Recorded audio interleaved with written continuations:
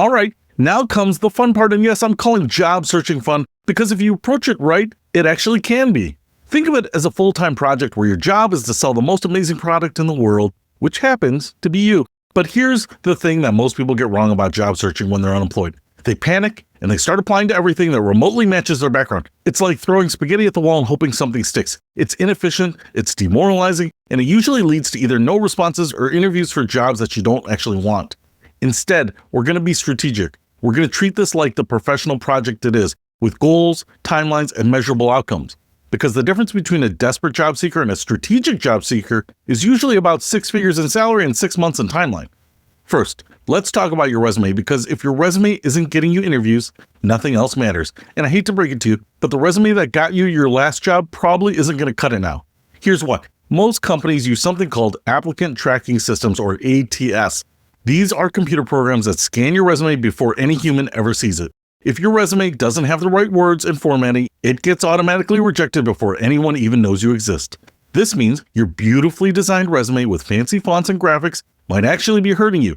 ATS systems prefer simple, clean formatting with standard fonts and clear section headers. But the bigger issue is keywords. You need to customize your resume for every job you apply to, which sounds like a lot of work until you realize that's the difference between a 2% response rate and a 15% response rate. Here's how to do this efficiently. Create a master resume with everything you've ever done. Then, for each job application, create a customized version that emphasizes the experience and skills that match that specific job posting. Look at the job description and identify the key skills and requirements they mention repeatedly. Then make sure those exact phrases appear in your resume, assuming you actually have that experience. Don't lie, but do use their language to describe your background. For example, if they say they want someone with project management experience, and your resume says you coordinated initiatives, change it to managed projects. Same experience, different keywords, much better chance of getting through the ATS. Now let's talk about LinkedIn, because if you're not optimizing your LinkedIn profile during your job search, you're missing out on opportunities.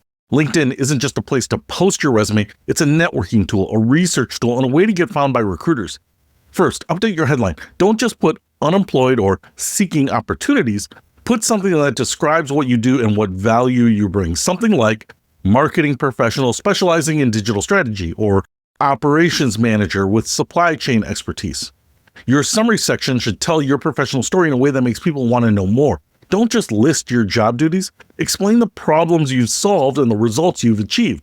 And here's a LinkedIn hack that most people don't know. You can see who's viewed your profile. This is incredibly valuable information. If someone from a company you're interested in looks at your profile, that's a perfect excuse to reach out and start a conversation. But the real power of LinkedIn is in networking and research.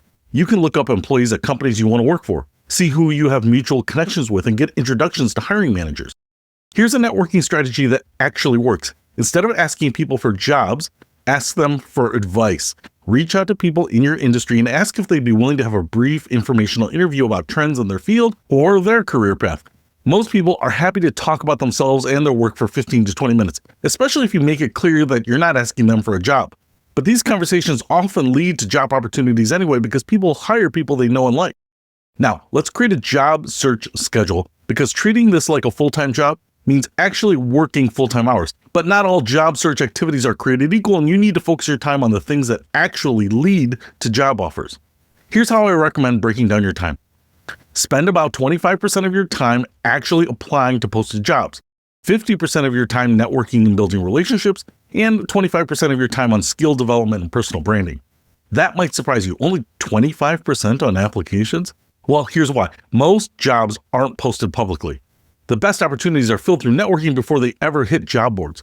So while you do need to apply to jobs, that shouldn't be your primary strategy.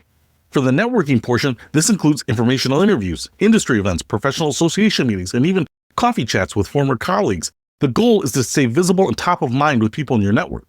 The skill development portion is time spent taking online courses, getting certifications, or learning new technologies that are relevant to your field. This serves two purposes. It keeps your skills current, and it gives you something productive to talk about in interviews when they ask what you've been doing during your job search. Here's a daily schedule that works. Start your day by checking and responding to emails, then spend 2 to 3 hours on focused application work. Take a break, then spend 2 to 3 hours on networking activities. End your day with an hour of skill development or industry reading. This gives you structure without burning out and ensures that you're working on the activities that lead to job offers, not just the obvious ones. Now, let's talk about salary negotiation, because being unemployed doesn't mean you have to take whatever they offer you. In fact, if you handle this right, being unemployed can actually be an advantage in negotiations. Here's why. You have time to be selective. You're not rushing to get out of a bad situation. You're carefully choosing your next opportunity. That's a position of strength, not weakness, as long as you present it that way. When they ask about your salary expectations, don't immediately give them a number. Ask about the full compensation package first. Salary, benefits, vacation time, professional development opportunities, flexible work arrangements. If you have to give a number, give a range based on market research, not based on desperation. Use sites like Glassdoor, PayScale, and Salary.com to research what people in similar roles at similar companies actually make. And here's something important. Don't bring up the fact that you're unemployed as the reason you'd accept less money. Your value as an employee hasn't changed just because you're not currently employed. Price yourself based on the value you bring, not your current employment status.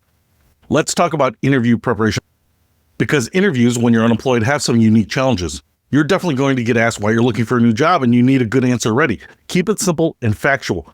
My position was eliminated as part of company restructuring, or the company downsized and my role was affected. Don't badmouth your former employer, don't go into dramatic detail about the layoffs, and don't apologize for being unemployed.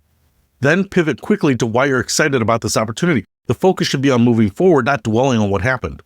You're also likely to get asked what you've been doing during your job search. This is why that skill development time is so important. You want to be able to talk about the courses you've taken, the books you've read, the projects you've worked on. You want to sound productive and motivated, not like you've been sitting around feeling sorry for yourself. Here's an interview strategy that works well when you're unemployed. Position yourself as someone who has the luxury of being selective. Say something like, being between roles has given me the opportunity to really think about what I want in my next position. And this role seems like an excellent fit because of whatever reason. This frames your unemployment as a choice and an advantage, not a problem to be solved.